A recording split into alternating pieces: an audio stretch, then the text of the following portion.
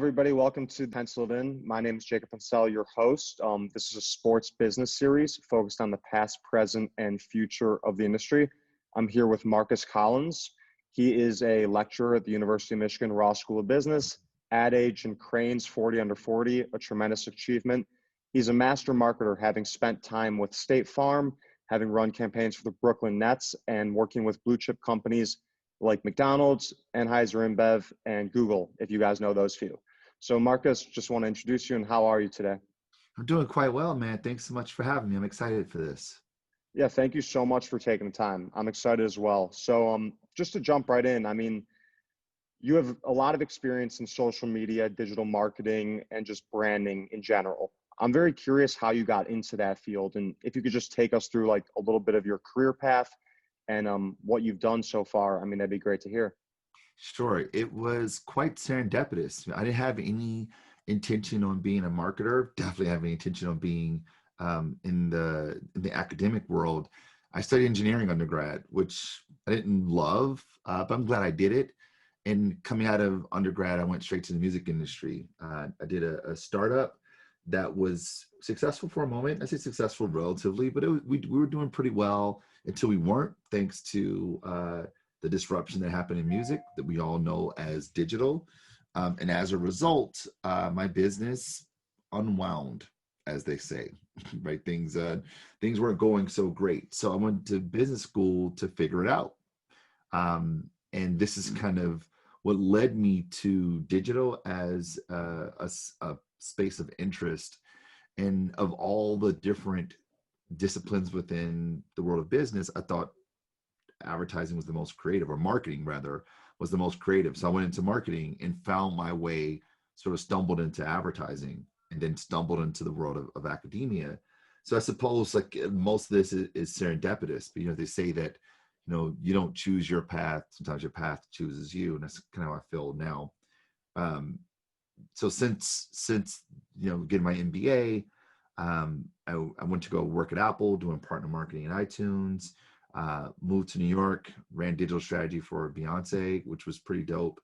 And then went into the world of advertising, where I got a chance to work with some like really big brands that were at one time very significant or iconic in some cases, and other ones that just needed to pour some gasoline on the cultural relevance and impact it already had.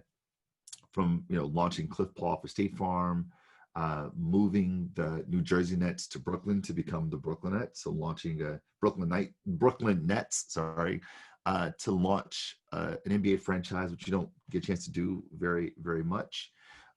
Launching Bud Light Platinum, a new product under the Bud Light moniker. Launching Made in America Music Festival. How did you get a chance to launch a music festival?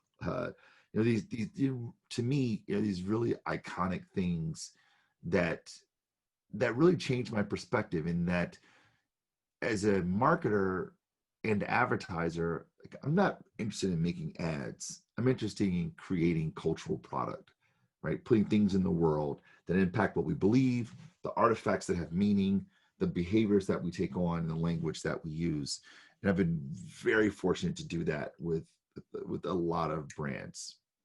Yeah, I mean, you gave us a lot to chew on there, and I'm definitely going to touch on some of those accomplishments and specific brand activations and rollouts you've done.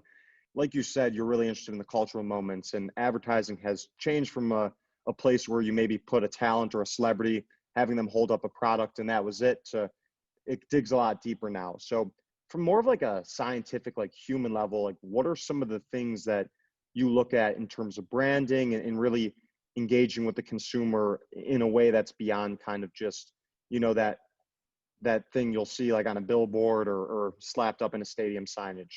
So what I've learned from the behavioral sciences, my own work as a practitioner, and my own research in the field of cultural consumption or consumer culture theory, is that we are social animals, right? Man by nature is a social animal, as Aristotle famously said. We're social animals, so we do everything we can to connect, to crash into to each other, to our people. And if man by nature is a social animal, the operating system that governs man in these social institutions is culture, right? Which means that culture is a really powerful vehicle that we should be thinking about and leaning into when it comes to how do we get people to take action, to adopt behavior, which is what marketers do anyways. They're supposed to do, get people to adopt behavior. So what I lean into from a practice perspective is how does culture manifest within these collectives that I call networks?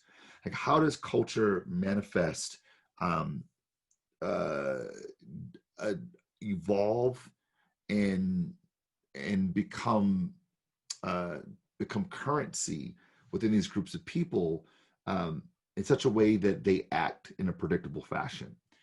And understanding these cultural characteristics that is getting radically close to them, and unbelievably close in proximity to them, helps us better understand them, because we can observe them, in some cases we can experience them.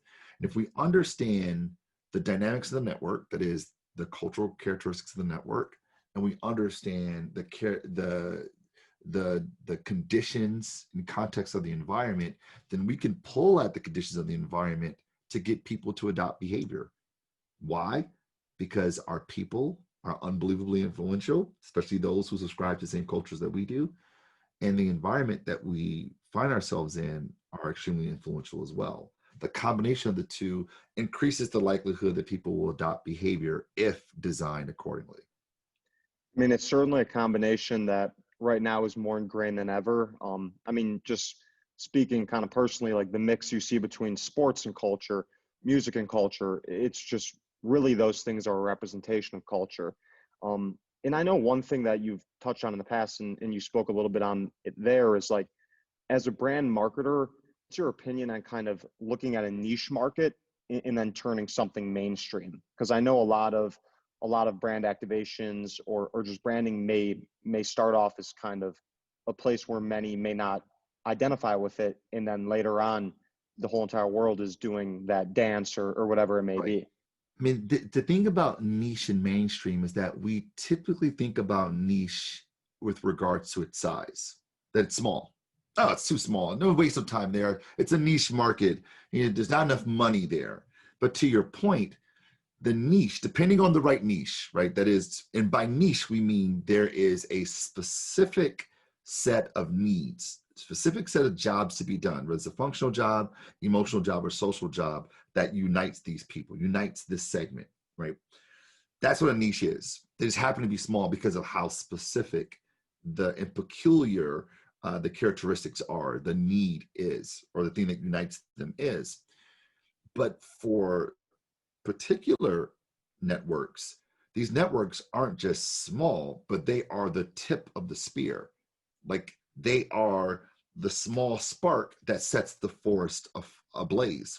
And if you want to be able to set the forest ablaze, you need to understand those subcultures, right? Those niche networks that are going to be the catalyst for what everyone is going to do. So we may say, well, let's, like, that's too small, it's not mainstream enough. And I'd say, well, if you pay attention to those guys, that's going to tell you what will be mainstream, because mainstream is going to adopt what is cool or what is acceptable, what is legitimated. But those things are negotiated and they're started at the tip of the spear for these like niche subcultures, these networks, right? So what I would further tell brand marketers is that, listen, if you want to know what's going to happen, watch them. And the important part to know as you think about what you do as marketers is that brands that lead culture are more successful than those that follow. That is, brands that contribute to the beliefs, the artifacts, the behaviors, the language, that contribute to them, that push them forward. Those are the ones that are most successful, and those who just kind of catch on or try to jump on a trend. And focusing on the mainstream is jumping on trends, jumping on what's already normal, instead of being at the tip of the spear, if not contributing there, but guiding it, leading it where it ought to go. That's where I think that's where the best opportunity exists. And we think about this when it comes to sport. Like, we love sport, not just because of the play of the game, but because of how we self-identify. I am a Pistons fan, and I grew up in the bad boy era where they were our mortal enemies, right? And like I couldn't even wear a pair of It's a good Jordans because I'm era. like, no, ugh, are you kidding me? Like, no, that would be sacrilegious to the bad boys, to Zeke, right? Like, I never do that. Like, I have since broadened my horizon. But the thing is, my identity was so tied to those cultural characteristics that the idea of even touching, even giving props to Jordan Chicago Bulls was just sacrilegious. You don't do that. And this is why culture becomes such a powerful marketing vehicle, because the brands that we buy, that we adorn ourselves with, aren't just brands. They aren't just identifiers for a particular company or product or person or entity or organization. They are badges of identity. They are receipts of who we are. And who we are is governed by what we believe, what has meaning, what we do, and how we communicate our culture. It's certainly a true case. I mean, more now than ever, I think you see brands take strong stances, and sometimes they work out. Sometimes a brand not taking a stance, for example, people have an issue with that. So, in your experience and just kind of what you've seen in just recent times and in general the past couple of years, where it's been more respected for a brand to take a stance, like how important do you think that is, and why do you think that resonates with people, and it's the risk of it potentially, if there is one, is Yeah, worth the reward? we adorn ourselves with brands, iconography that are that have meaning. We're looking for self-congruence, right? That is, I believe in a thing, and this brand is either a demonstration of that belief, some expression of that belief, but it definitely ties into who I am, how I want to self-project. The challenge is that when a brand believes in something that's antithetical to my beliefs, antithetical to my ideology, I eschew that brand. Like, not even want nothing to do with that. Like, no, right? Are you kidding me?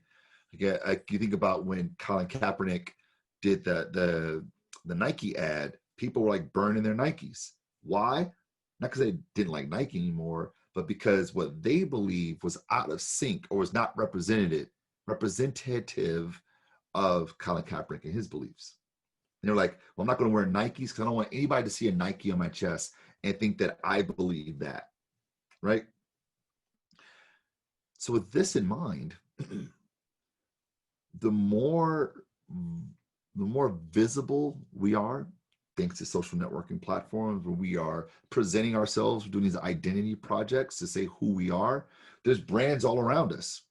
And if that brand means something that is antithetical to what I believe, all those things that are tied up and associated with that brand is now transferred over to me.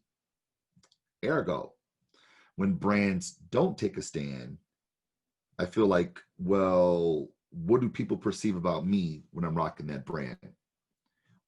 The consequence on the other side is that when a brand takes a stand that doesn't align to how I see myself, then I'm like, I'm not going to rock that brand. That's the consequence. It's all a trade-off. But I tell you this, our identity drives what we do, our behavior, right? We make sure that what we do is aligned with our identity. Therefore, from a consumption perspective, we are more inclined to buy with the things that are aligned with ourselves. And that, to me, I think is one of the most powerful parts about brand, especially iconic brands. The iconography of the brand has meaning. And that meaning is congruent with how we see ourselves and how we want to be seen in the world. Therefore, there's just unbelievable opportunity for brands to stand. And I think that before long, people are going to be reserved and have more hesitation about brands who don't stand up for something, especially the more visible brands, because they don't want to run the risk of picking the wrong brand that says something about themselves that they didn't know that they were saying. Just want to thank everybody for tuning in. I hope you guys really enjoyed part one of my conversation with Marcus Collins. He's an absolute genius, and I just can't believe I didn't catch a class with him while being on campus in Michigan. So part two will come out sometime next week. We're going to talk a bit about his work with the State Farm Cliff Paul campaign, an absolute iconic one if you follow the basketball space or just television in general. We'll talk about McDonald's collaboration with Travis Scott, the impact of social media on brand activism, and lastly, he'll touch on some of the work he did with the Brooklyn Nets, moving the team from New Jersey to Brooklyn, and how they were able to accomplish such an amazing job doing that. So thank you guys all so much, and hopefully you guys all have a great weekend.